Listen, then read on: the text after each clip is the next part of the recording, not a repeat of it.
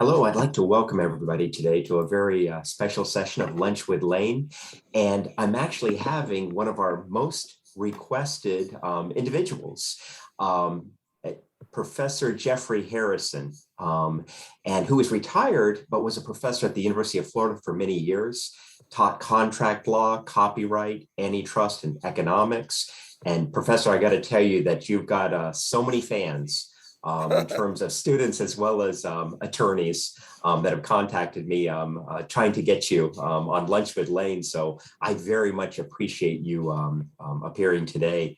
In terms of education, just a quick background. Professor Harrison has a Juris Doctorate from the University of North Carolina at Chapel Hill.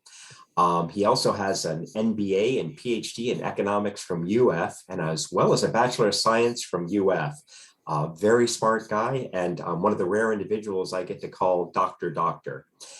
In terms of his residency, he's lived in Gainesville, Hollywood, Florida, some of my favorite places, Chapel Hill, Austin, Texas, Greensboro, the Netherlands, grew up in the Miami area, and has worked in Florida, North Carolina, and Texas, as well as Paris, Germany, and Rio de Janeiro. Professor, with all those places, what is your any favorites? Well, I enjoyed all of them really. I think probably Rio was. It kind of depends upon the setting. In Rio, when I visited there, I was living about 100 yards from the beach, and culturally, it was different than things I had seen before, and so I really enjoyed that.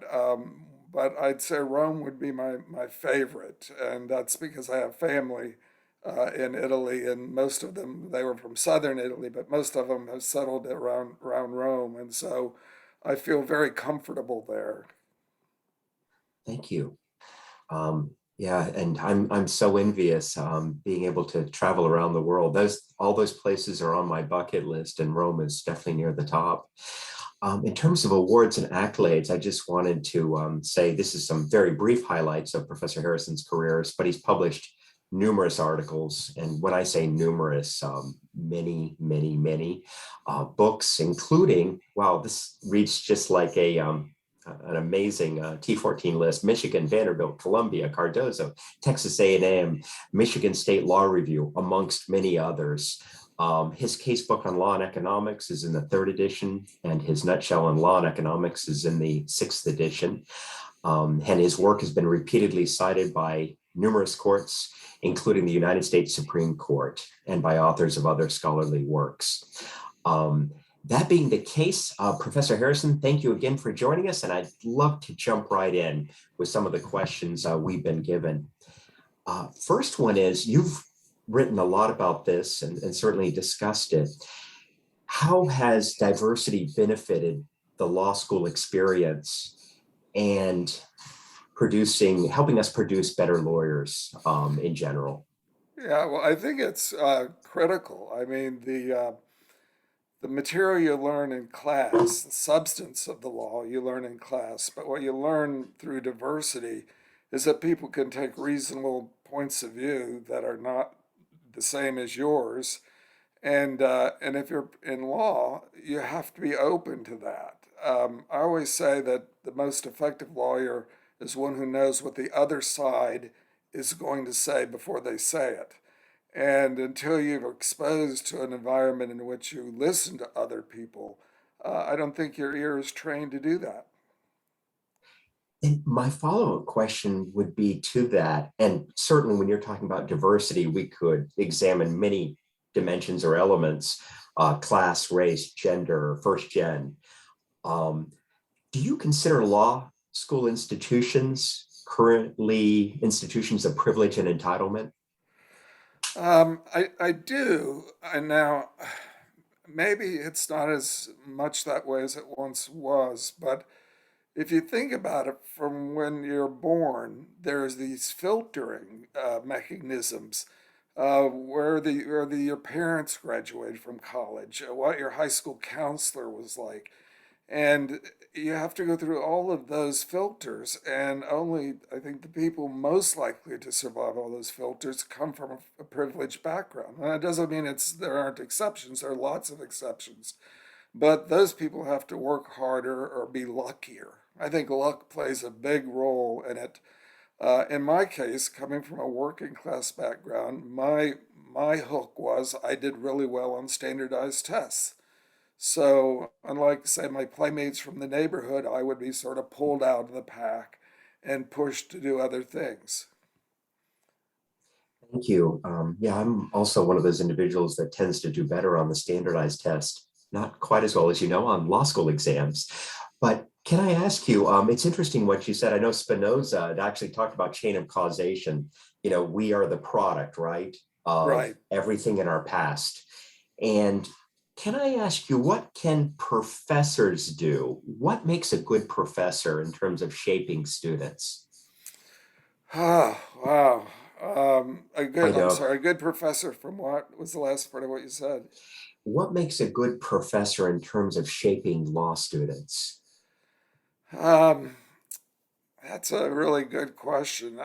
I think it's really listening and having a feel for what's going on in the classroom. It's not so much how much information you bring into the room, but what you're hearing from the class in terms of what they understand, what they don't understand, what's difficult, what might be foreign to them. And so I think having that sort of feel, which I think some people can do that and some people aren't very good at it, but to have in mind that it's not about you, it's about what's going on in the room and having a sense of where there are soft spots, hard spots, difficult spots, different points of view that students aren't thinking of, and that sort of thing. Thank you. I one of the things that I really appreciate about your class is you went kind of like you wrote a riff of wherever the conversation was going. It was very contextual, and you seemed to take the conversation, albeit try to keep it on topic, right, with the contract points that we were discussing.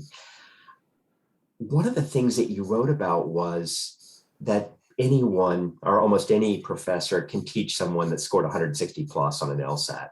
In other words, Right. we know they have some critical thinking skills, supposedly, right? At least to help them along. But the real professors, the ones that are needed for those that are not as high performing. Yeah, that's one of the curious things about legal education. The tendency is to admit the students with the highest possible LSAT, and I guess that makes sense. But the truth is, they could probably get through most of the courses without a professor, just by reading the material. So the teaching part of it comes in for the people who aren't in those higher levels, but who are completely capable of being effective attorneys. And so I'm not sure. There's almost kind of a mismatch in terms of the professors and the students. And that makes a lot of sense. Let me ask you about this because I felt like certain professors, perhaps yourself, we shared an interest in films, Marx Brothers, Godard, amongst some others I think that we discussed. Do you think the various intersectionalities of students and professors are important so that the students can see? You just shared you came from a working class background, which I did as well.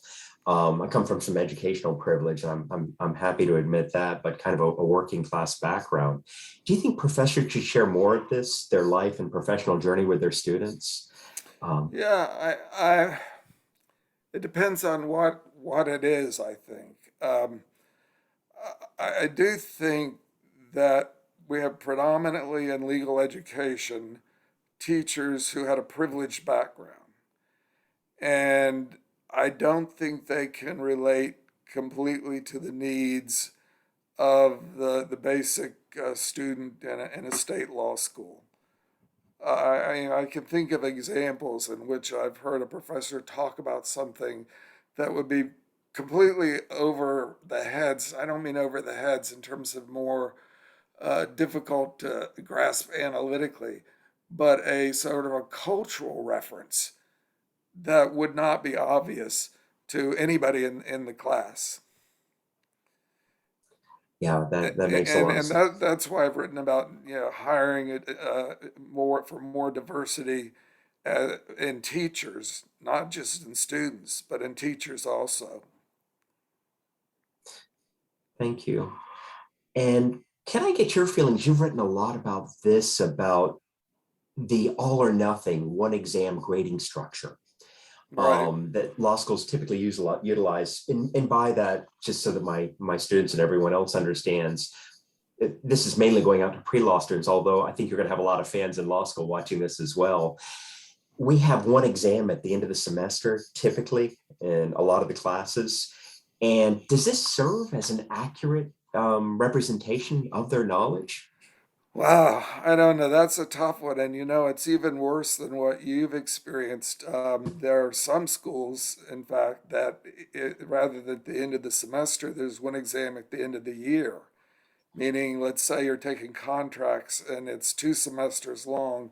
There isn't a test in December, for example, but there's only one at the end. I, I'm, I, testing is just a sampling technique, right? So you're trying to get a sample of how much people learn. And hopefully, if you combine all their samples from all their courses, you get some generalized feel. But I'm not sure the one exam thing does a good job of that because I think it rewards some things that may be irrelevant to how much you actually understood in the course or how effective you'll be as an attorney. In fact, I'd say there's almost kind of a discontinuity between the testing we do and what somebody's going to be like 3 years from now when they take the bar exam. Thank you. I know that a lot of my friends and colleagues have said that, they really struggled in law school, but they seem to be excellent attorneys out in the field. So I think there's a lot of validity about what you said. One Well, thing I one just one of wanted, the things, oh, just let me like follow up. One of the sure. things is your capacity to handle the stress. So you may have two people who understand the material the same, they've read as much, they've done the work, but some people are more susceptible to the stress of knowing everything rides on one exam. So in a way, what you're testing is the capacity to deal with extreme pressure, which you in practice would be able to control to some extent. Thank you. Yeah, that's exactly right. I always tell my students, and I wanted to get your thoughts on this. They ask me, what's the difference between working as an attorney versus law school? And I said, well, sometimes I felt kind of guilty, so I was studying on the weekends, in law school. Whereas generally you have kind of the weekends, hopefully a little bit more free, if you manage your calendar, correctly. But the big difference is that it's like every day is an examination. You have to apply all that knowledge and everything you learned, in a real world setting. So, you feel like you're kind of getting the feedback as to each case, right? And how well it's done. Right, yeah. Realize, yeah, on that. One of the ideas I really liked that you had was you gave us TAs. I remember in your class, you actually had the TAs, and the TAs would give us sample questions. And I think they were old exam questions. And I Yes, loved your exam questions. A lot of Easter eggs you would drop in there before we had the concept of memes and things, but a lot of cultural references like you're talking about. And they would give us these sample questions to work on. And then we would meet, I think, the following week or a couple of days later, kind of for feedback. Do you think that would be a good idea, maybe helping the students along the way? yeah, I think that the more they're exposed to what the exam will be like, the less stress they'll feel about the actual exam. And so I think it's important for them to just not have it thrust upon them, 4 months into the course to have practice along the way. But you know what is an interesting thing, and maybe you can answer this. Um, Many students don't participate in that. they choose not to respond to the practice questions. And I mean, nothing's writing on it. The grade isn't writing on it. It's just a chance to sort of pre-test to see if you're getting it right. And many don't do it at all. No, you're exactly right. In fact, I can tell you that, and if it's okay to share this, in candor to you, I know it's going out on YouTube, but I remember when I first started meeting with the TAs, there was probably, I don't want to say the whole class, maybe 50%. And then as we got along in the semester, there were 3 or 4 of us. Really? Yes. Yes. Now this is That's fall amazing. 1994. This is fall 1994. And I don't want to blame the TAs, right? Because I No, think they were no. really trying to help, right? Yeah, that's amazing. Yeah. Yeah. But I wanted to share that with you. So maybe there's something to that. And then after a while, I think the TAs feel like, gosh, is there any point anymore? Right. To Right. these things. So yeah, just giving you the feedback on that. Maybe that'll help professors, in the future, right? Um, I wanted to ask you, Professor, your opinion on whether law school is, and I know this is so open-ended, but is generally worth, let me phrase it that way, the time and the monetary investment.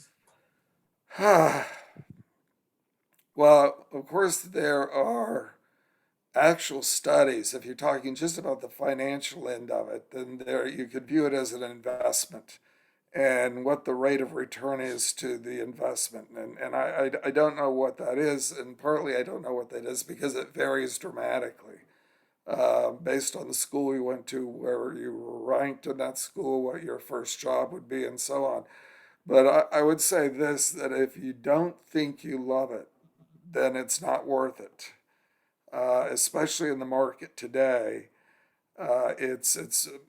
You're not going to become rich unless you're in a particular niche of law with a particular firm. I think you really have to enjoy it and enjoy the mental gymnastics and the analysis and the interaction with clients and so on. Then it's worth it. But if it's just something you're doing because you don't know what else to do, like I think applies to probably half the people who go to law school, um, probably you should do something else. Thank you. I think that that's a fantastic and very thoughtful response. And I sometimes feel, Professor, that it's not as easy to make a living as even when I entered, the practice of law back in the mid '90s. Oh yeah, no, it's much more difficult. And you're right. I frequently tell my students, if you think you're going to be making a lot of money or the glamour, they've seen these TV shows where there's a murder every episode, right? And Exactly. exactly.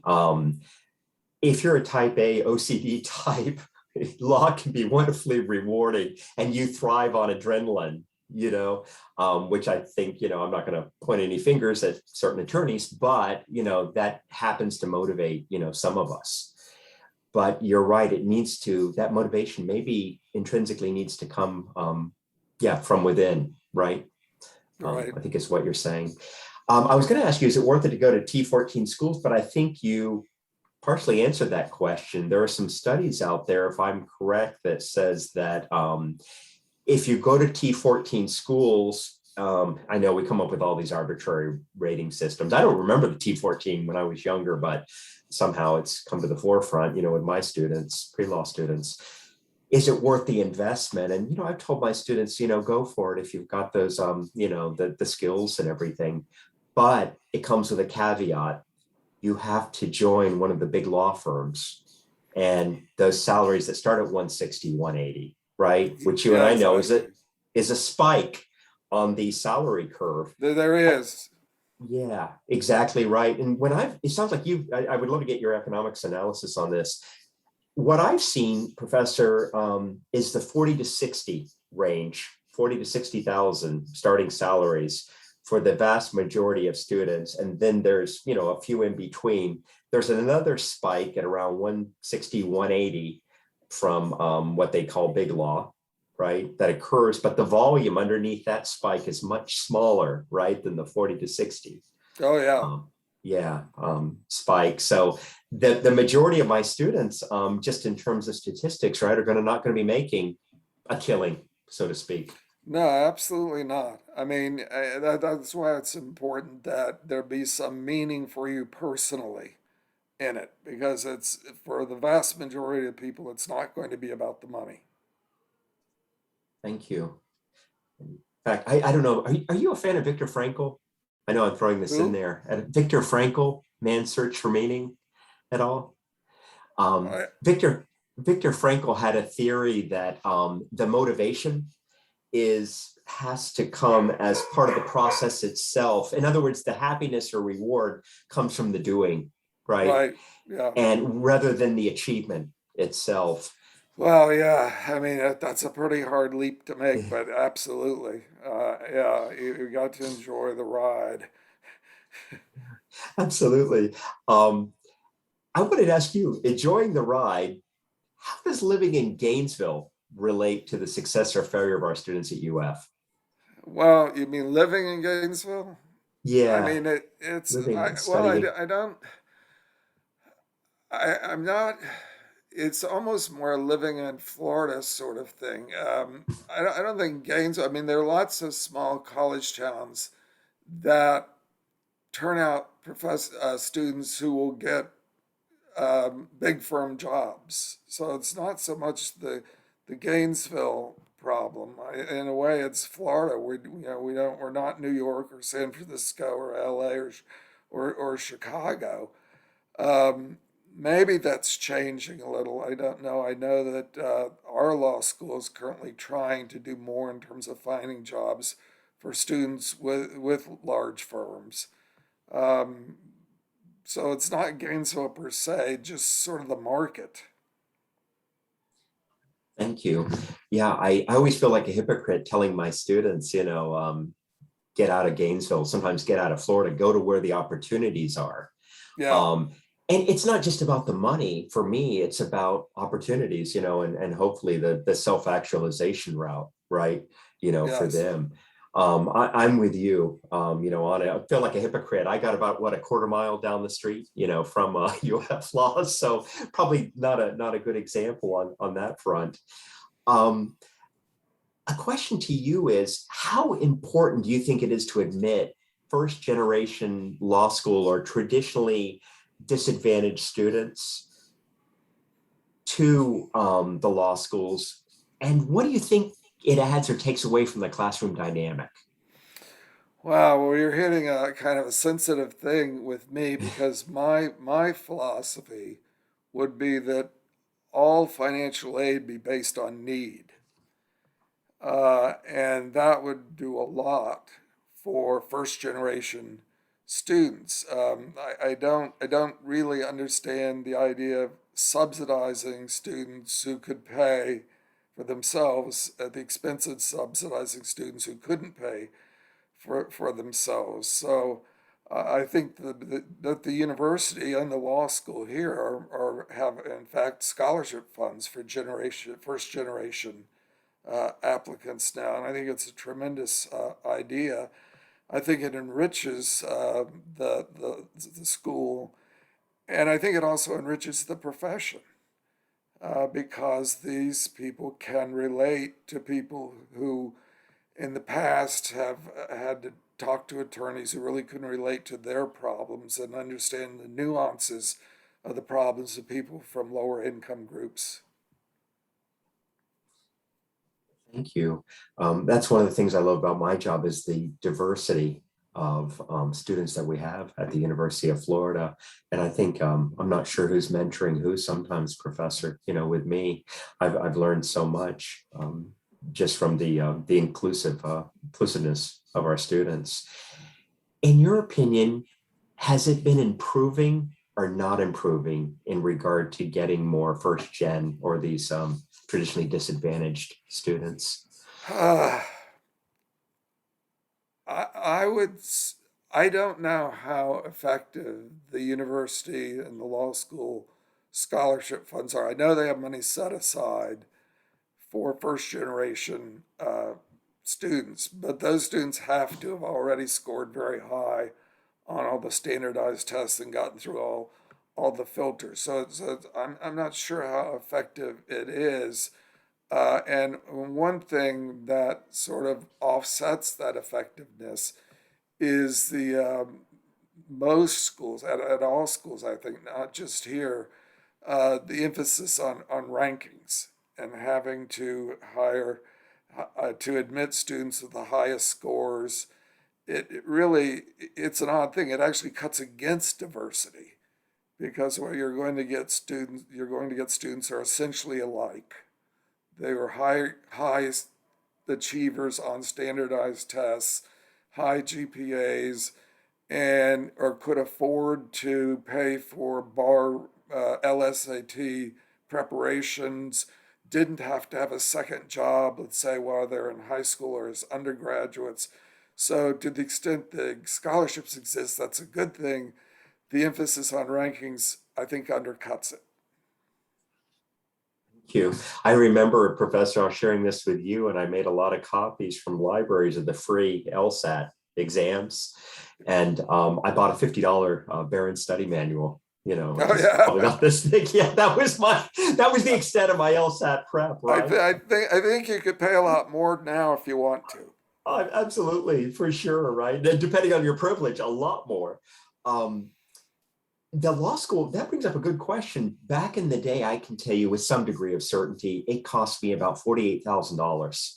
I entered fall of 94, and I had saved up about 36,000. So there was a gap of about 12,000. I took a small, student loan to do that. Any idea what it costs now for an in-state resident? I've heard 100K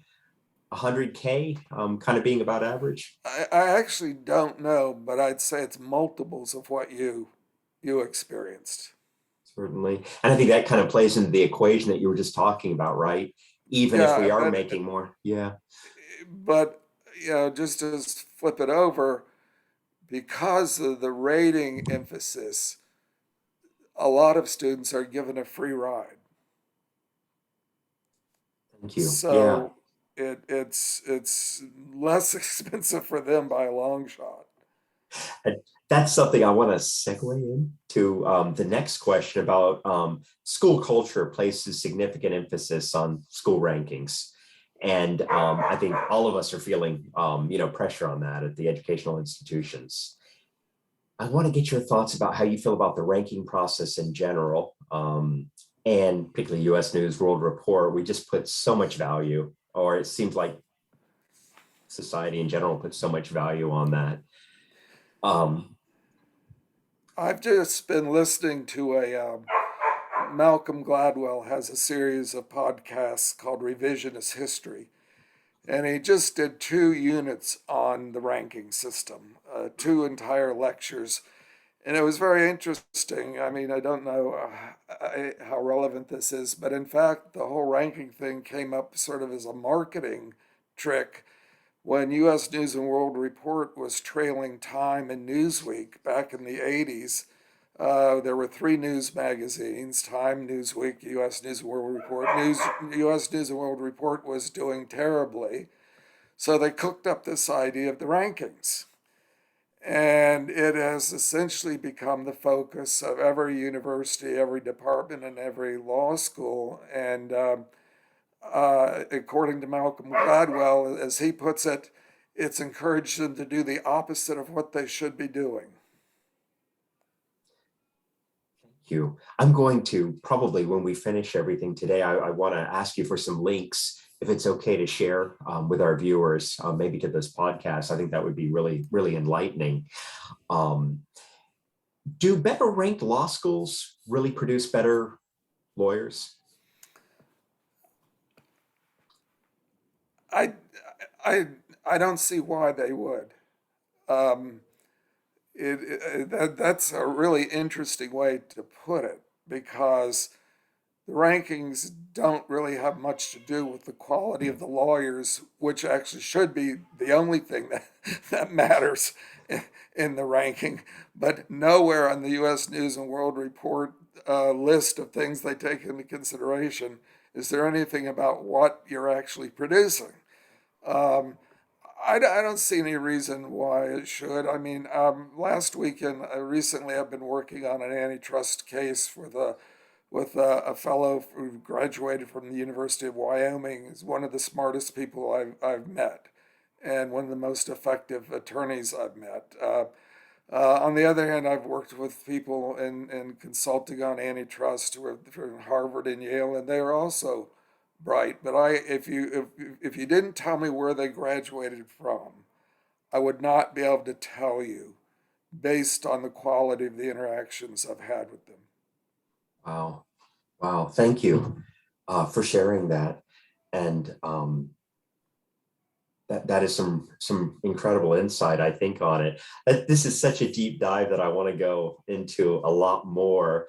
What I'd like to do is ask you a final question for now, and then take a brief break, if that's okay. Okay, that's fine. Um, in an ideal world, and you've been alluding to this, what kind of lawyers would you really want law schools to produce? That's a big question. Putting politics aside, which I understand we must, I guess the thing I would stress most would be empathy, to understand what's going on and to see the bigger picture of the impact of what they're doing. And I guess this is pie in the sky thinking, but I would really like to see a consistency on being as ethical as possible, which is something that begins to cave in as the pressure mounts. But ethical, empathetic, um, I guess are the two most important things I think. Yeah, I and certainly two of the most important qualities. I'm glad that you said ethical as opposed to integrity. I hear a lot of verbiage about integrity, but I feel it's more difficult to nail down. Integrity seems to have, as ethics can sometimes have different meanings with different individuals. I don't know how would you distinguish those? Yeah, for me, integrity is more self-defining. And I've heard some people, for their integrity, it's that, well, I'm always at work on time, or, I've made sure, that I've always filled out, this or that, or done this. For me, ethics go a little bit deeper. And I like to think that empathy, if it's okay to put that as a subset of ethics, I would like to. There's there's a list. Um, Sometimes I think this will lead to mental. If I say the next word, YouTube is going to censor it. So I'm not going to go down that path, Okay, Professor. okay. I wish I had my whiteboard here that we could really, I could actually point right to it. If you can give me just a second, I'm going to come back and pick that up if that's okay. Okay. And I will be right back. All right.